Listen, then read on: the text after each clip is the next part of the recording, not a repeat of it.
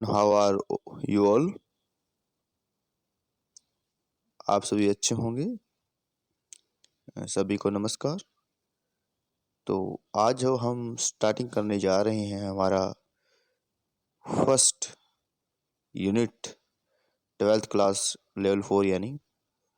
तो first unit है service manual. Service manual यानी कि सेवा पुस्तिका, हिंदी में बोलते हैं इसको सेवा पुस्तिका।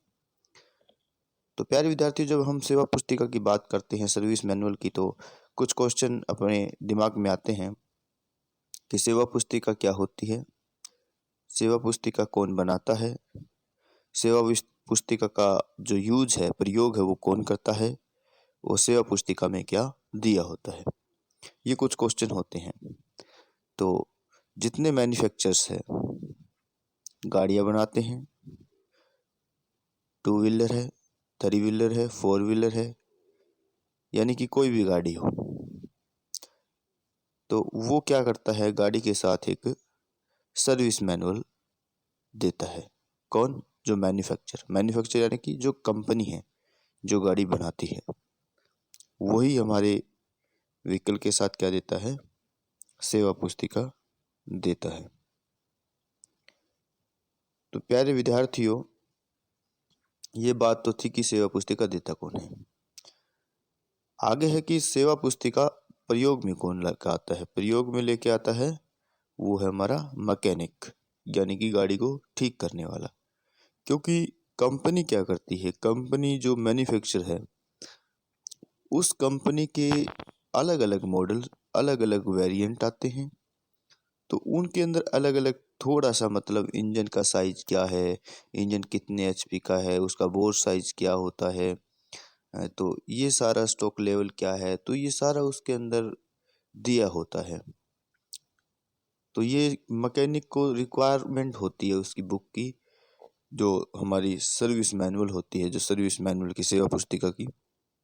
तो मैकेनिक उसका यूज करके उसके अंदर देख कर गाड़ी को ही ठीक कर पाता है, उसकी मेंटेनेंस कर पाता है, रिपेयरिंग कर पाता है, रिप्लेस कर पाता है और सर्विसिंग करता है। जब भी उसको कहीं दिखता है कि यहाँ कोई फॉल्ट नज़र आ रहा है और ये मेरे दिमाग से थोड़ा आउट है, तो मैं उसमें क्या होता है कि सर्विस मैनुअल में उसको देखकर फॉल्ट को दूर किया जा सकता है। तो प्यारे विद्यार्थी, हम पहले सबसे पहले बात करते हैं जो हमारी बुक का क्वेश्चन है, सेवा पुस्तिका क्या है। तो सेवा पुस्तिका सर्विस मैनुअल गाड़ी बनाने वाली कंपनी गाड़ी के साथ एक पुस्तक देती है, जिसके अंदर गाड़ी की सर्विस तथा गाड़ी की रिपेयरिंग और गाड़ी की मेंटेनेंस कैसे करते हैं, ये सब गाड़ी के एक एक पार्ट्स को, यानी कि कंपोनेंट्स को, असेंबली को, पार्ट्स को खोलकर सेवा पुस्तिका के अंदर दर्शाया जाता है, जिसकी सहायता से गाड़ी ठीक करने वाला मैकेनिक इस पुस्तक में गाड़ी के पार्टों को देखकर उस गाड़ी की सर्विसिंग, रिपेयरिंग और मेंटेनेंस कर सकता है आसानी से। तो ये हमारी फर्स्ट स्लाइड का फर्स्ट क्वेश्चन था। आगे क्वेश्चन आता है कि दूसरी स्लाइड में कि सेवा पुस्तिका सर्विस मैनुअल कौन विकसित करता है। तो मैंने प्यारे विद्यार्थियों बताया है आपको कि सर्विस मैनुअल जो मैन्युफैक्चर है, जो गाड़ियां बनाता है, जो कंपनी है जो गाड़ी बनाती है, जैसे मारुति है, होंडा है, होंडई है, टाटा है, स्कोडा है, पोर्श है, ऑडी है, मर्सिडीज है, ये सारी कंपनियां क्या है, अपनी किसी भी मॉडल का कोई भी वेरिएंट हो, उसके साथ सर्विस मैनुअल प्रोवाइड करता है, देता है, ताकि मैकेनिक उसमें देखकर गाड़ी के अंदर आने वाली प्रॉब्लम को अच्छी तरह से ठीक कर पाए। तो सेवा पुस्तिका कौन विकसित करता है? सेवा पुस्तिका गाड़ी बनाने वाली कंपनी बनाती है, जो कि हर एक गाड़ी के साथ एक सेवा पुस्तिका रखी जाती है। आगे की गाड़ी का जो रख रखाव है, मेंटेनेंस है, वो क्यों आवश्यक है? तो प्यारे विद्यार्थियों, रख रखाव के माध्यम से ही गाड़ी का निरीक्षण, मरम्मत की जाती है। अगर गाड़ी का रख रखाव यानी कि मेंटेनेंस ना हो, तो गाड़ी के अंदर क्या आ जाएंगे, दोष यानी कि खराबी आ जाएगी। और खराबी से क्या होगा, खराबी से गाड़ी हमारी खराब होगी तो दुर्घटना भी हो सकती है, और एक पार्ट खराब की वजह से दूसरा पार्ट भी खराब हो सकता है, चाहे वो उसका डैमेज हो सकता है, टूट सकता है पार्ट, तो ये हमें सर्विस करनी और मेंटेनेंस करनी अनिवार्य है गाड़ी की। अगला जो क्वेश्चन होता है कि वाहन की जो सेवा पुस्तिका है उसमें कौन से वो महत्वपूर्ण बिंदु पॉइंट्स दिए होते हैं, जिसके बारे में हम अभी डिस्कस करेंगे। अभी हमारी जैसे कि सिलेबस की बुक डिजाइन होती है तो उसमें भी इंडेक्स दिया होता है, पेजेस नंबर दिए होते हैं।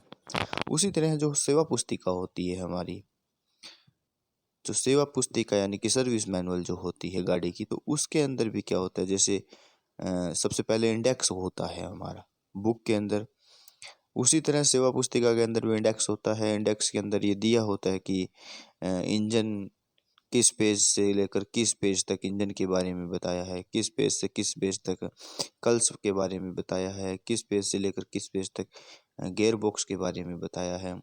तो ये इंडेक्स होते हैं हमारा, वहीं पेजेस नंबर होते हैं, वहीं इंडेक्स होता है। तो ये इंजन की उसके अंदर स्पेसिफिकेशन दी होती है कि हमारा इंजन किस प्रकार का इंजन है, इसकी वर्किंग कैसे है, ये सारा उसमें दिया होता है। आगे आता है कि समुच्चय का विस्तृत दृश्य यानी कि जो एक्सपेंडेड व्यू असेंबली का होता है। एक्सपेंडेड व्यू कुछ इस डायग्राम में दिखाया गया है। जैसे ये एक कल्च है, हमारी सिंगल प्लेट कल्च है, इसके अंदर हमने उसका क्या दिखाया है कि उसका जो एक्सपेंडेड व्यू है असेंबली का, यानी कि खुला हुआ व्यू, खोल कर किसी असेंबली को दिखाना। जैसे हमारे पास गाड़ी के अंदर है या ट्रैक्टर है, जैसे नॉर्मल हम ट्रैक्टर देखते हैं, ट्रैक्टर के अंदर क्या होता है, एक इंजन की असेंबली होती है पूरी, एक कल्च की होती है, एक गियर बॉक्स की होती है, एक डिफरेंशियल की होती है। जब हम इसको खोलते हैं तो एक अलग अलग छोटे छोटे पार्ट्स होते हैं जिससे मिलकर ये असेंबलियाँ बनती है। तो उसका एक्सपेंडेड व्यू होता है, उसके अंदर खोल कर दर्शाया होता है। तो यह इसके अंदर सिंगल प्लेट का कल्च का जो एक्सपेंडेड व्यू आप देख रहे हैं इस तरह।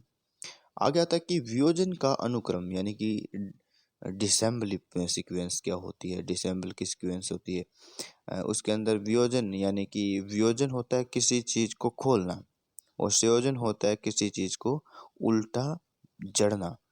तो वियोजन का डिसेंबली सीक्वेंस यानी कि जब हम किसी भी डिसेंबली यानी कि जब भी हम किसी एक असेंबली को डिसेंबल जब करते हैं, खोलते हैं, उसका वियोजन जब करते हैं, तो हर एक पार्ट जब खोलेंगे, नंबर 1 पे कौन सा है, नंबर 2 पे कौन सा है, नंबर 3, नंबर 4, नंबर 5, 6, 7, 8, ऐसे जैसे हमने इसको एक मल्टीप्लेट कल्स का हमने आपको एक डायग्राम दिखाया है, उसके अंदर नंबरिंग दी है कि एक नंबर पे कौन सा खोलना है। जब भी हम खोलते हैं तो या तो हम किसी चीज़ को वर्टिकल खोलते हैं या ओरिजेंटल खोलते हैं, या तो ऊपर से खोलना स्टार्ट करते हैं नीचे तक खोलते हैं, ठीक है, या लेफ्ट से राइट, राइट से लेफ्ट, यानी कि हम वर्टिकल खोलते हैं उसको।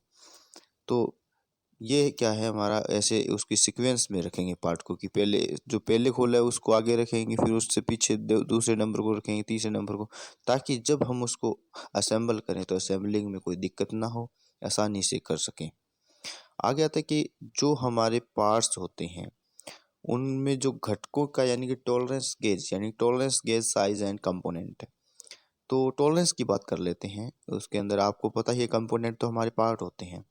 तो सबसे पहले हम टॉलरेंस की बात कर लेते हैं। टॉलरेंस क्या होता है कि upper limit minus lower limit, ऊपरी सीमा माइनस निम्न सीमा। तो हमने मान लो कि कोई शाफ्ट लिया है, शाफ्ट का बेसिक साइज 10 mm है, कि जब हम किसी होल किसी बेरिंग में कोई शाफ्ट डालेंगे, तो बेरिंग में जब शाफ्ट डालेंगे तो उसका जो हमारा बेसिक साइज है वो हमारा 10 mm का है। और 10 mm से अगर वो 1 mm बड़ा भी हो या 1 mm छोटा भी हो तो कंफर्ट चलेगा, उसमें कोई प्रॉब्लम नहीं होगी। तो जो 1 mm बड़ा है 1 mm छोटा है, यही हमारी क्या टॉलरेंस होती है।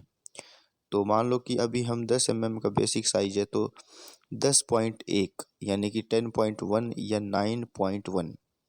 अब 10.1 हमारी क्या है, अपर सीमा है, और 9.9 क्या है, लोअर सीमा है। अब 10.1 में से 9.9 अगर घटा देते हैं तो 0.2 mm क्या आ जाती है, हमारी टॉलरेंस आती है। ये टॉलरेंस है, यानी कि इतना अगर उसके अंदर टॉलरेंस होगा तो पार्ट कंफर्ट चलेगा, कोई दिक्कत वाली बात नहीं। ये होती है हमारी टॉलरेंस। हर पार्ट का साइज होता है उसके गेज के हिसाब से, और हर आ गया था कि सेवा काल की अवधि, सर्विसिबिलिटी। अब सेवा काल की अवधि, सर्विसिबिलिटी मतलब कि हम गाड़ी की क्या करते हैं, सर्विस करते हैं। तो जब हम सर्विस करते हैं तो हम गाड़ी के अंदर देखते हैं कि लुब्रिकेशन चेंज करना है, फिल्टर को चेंज करना है, या ब्रेक ऑयल को चेंज करना है, या किसी प्रकार की क्लच प्लेट को चेंज करना है, या किसी बेल्ट ड्राइव को चेंज करना है। उसकी सेवा काल की अवधि होती है कि किस टाइम पीरियड पर उसको चेंज करना है। सस्पेंशन को कितने किलोमीटर वाहन चलता है तो चेंज करना होता है। और जैसे टर्बो चार्जर कितने टाइम के बाद चेंज करना होता है। तो ये एक सर्विसिबिलिटी होती है, सेवा काल का प्रोसेस होता है, उसी के तहत हम इसको चेंज करते हैं, बदलते हैं। जैसे लुब्रिकेशन ऑयल है तो हम सर्विस जब करवाते हैं, सिंपल बाइक की सर्विस हम जब करवाते हैं तो क्या करते हैं कि हम उसका कार्बोरेटर साफ करवाते हैं, और उसके अंदर जो हमारा मोबिल जो होता है यानी कि लुब्रिकेशन, उसको हम चेंज करते हैं, और हम फिल्टर वगैरह को साफ करते हैं। ये उसकी है सर्विसिबिलिटी, सर्विस करते हैं।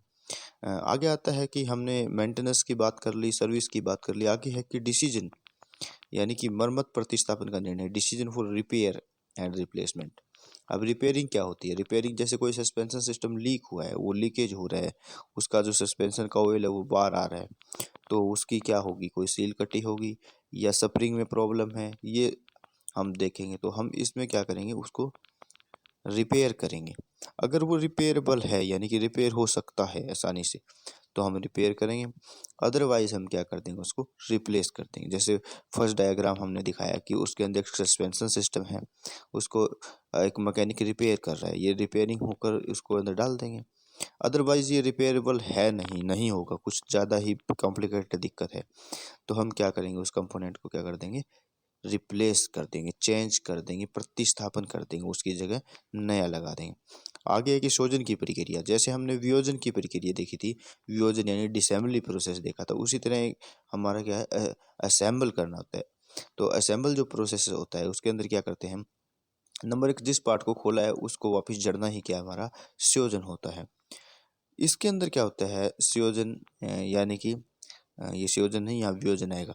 वियोजन के दौरान जिस पार्ट को हमने अंत में खोला है, यानी डिसेंबली जब हमने किया, उसको डिसेंबल किया है तो सबसे अंत में खोला है, तो ये ध्यान रहे जो सबसे लास्ट में पार्ट खुला है वो सबसे पहले असेंबल होगा, यानी कि संयोजन होगा उसका, सबसे पहले संयोजन उसका करना है।